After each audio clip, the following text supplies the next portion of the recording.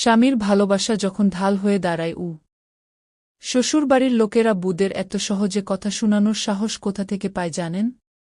স্বামী থেকে। কারণ স্বামী যদি নিজের পরিবারের অন্যায় কথার প্রতিবাদ না করে, উল্টো নিজের স্ত্রীকেই তিরস্কার করে, তখনই বাকিরা সাহস পেয়ে যায়। তারা ভাবতে শেখে, স্ত্রী তো একা, স্বামীর সাথেও নেই, আমরা যা খুশি তাই করতে পারি। আমার জীবনের একটা ঘটনা আজও খুব মনে পড়ে। যেদিন আমার শাশুড়ি প্রথমবার আমাদের বাড়িতে এলেন, সেদিনের সেই মুহূর্তটা কখনো ভুলতে পারব না। আমি জানালার পাশে বসেছিলাম।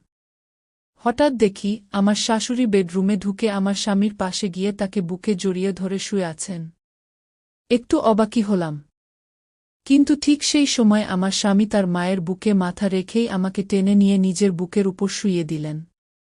যেন বলছিলেন, তুমি আমার স্ত্রী, আমার জীবনের সমান গুরুত্বপূর্ণ মানুষ। মা যেমন হৃদয়ের এক প্রান্তে আছেন, তেমনি তুমিও আরেক পাশে। সেই মুহূর্তটা আমি কোনোদিন ভুলব না।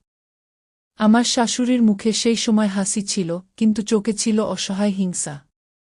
তিনি কিছুতেই মেনে নিতে পারছিলেন না যে তার ছেলে এখন ভাগ হয়ে গেছে, একটু মাকে, একটু বুকে।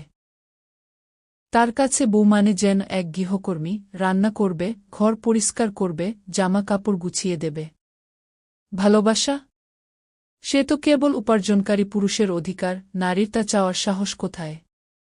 শাশুড়ি নিজেও এক ভালোবাসাহীন জীবনের দীর্ঘ অভ্যাসে অভ্যস্ত।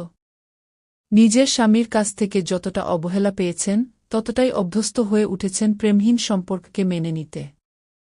তাই আজ তার ছেলে যখন স্ত্রীকে চোখে চোখে ভালোবাসে, তখনই তার ভিতরের সেই শূন্যতা হিংসায় রূপ নেয়। তিনি যতদিন আমাদের সঙ্গে ছিলেন, ততদিন নানা কাজের ছুতোয় আমাকে কথা শুনিয়েছেন। কিন্তু আমি কোনোদিন জবাব দিইনি। কারণ আমি জানতাম, আমার পাশে আমার স্বামী আছেন। তিনি প্রতিটা অন্যায়ের প্রতিবাদ করেছেন। প্রেমের বিয়ে ছিল আমাদের, আর তাই শ্বশুরবাড়ির অনেকেই আমাকে মন থেকে মেনে নিতে পারেননি। মুখে মধু ঝরালেও চোখে ছিল বিরক্তি আর কানে ছিল চোরা ফিসফাস। কিন্তু এবারে যখন শাশুড়ি সামনাসামনি আমাদের দুজনকে হাসতে হাসতে সময় কাটাতে দেখলেন, তখন আর সহ্য করতে পারলেন না। তার মুখ থেকেই বেরিয়ে এল এমন কিছু কটু কথা, যেগুলো শুনে আমার স্বামী কষ্ট পেয়ে বলল, মা হয়ে কিভাবে সন্তানের সুখে হিংসা করতে পারো?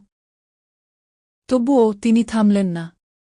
কিন্তু আমার স্বামী তখন স্পষ্ট বলল, বাবা মা হোক কিংবা স্ত্রী, যেই অন্যায় করবে, আমি জবাব দেব। ন্যায়ের পাশে থাকব, সম্পর্কের নয়। গিয়ে আমি তার এই কথার গভীরতা বুঝি। আর এটুকু বুঝেছি, আজ যদি আমার স্বামী আমার পাশে না থাকতেন, তবে হয়তো আমার এই সংসার এতদিনে ভেঙেই যেত। আমার শাশুড়ি, শ্বশুর, ভাসুর, যে যেভাবেই হোক, আমাকে নিয়ে আমার স্বামীর কাছে একের পর এক বাজে কথা বলেছেন। কিন্তু আমার স্বামী কখনো সেগুলো অন্ধভাবে মেনে নেয়নি। তিনি সব শুনে বুঝেছেন, যাচাই করেছেন এবং শেষমেশ পাশে দাঁড়িয়েছেন আমার। এই ভালোবাসাটাই আমার জীবনের সবচেয়ে বড় অর্জন।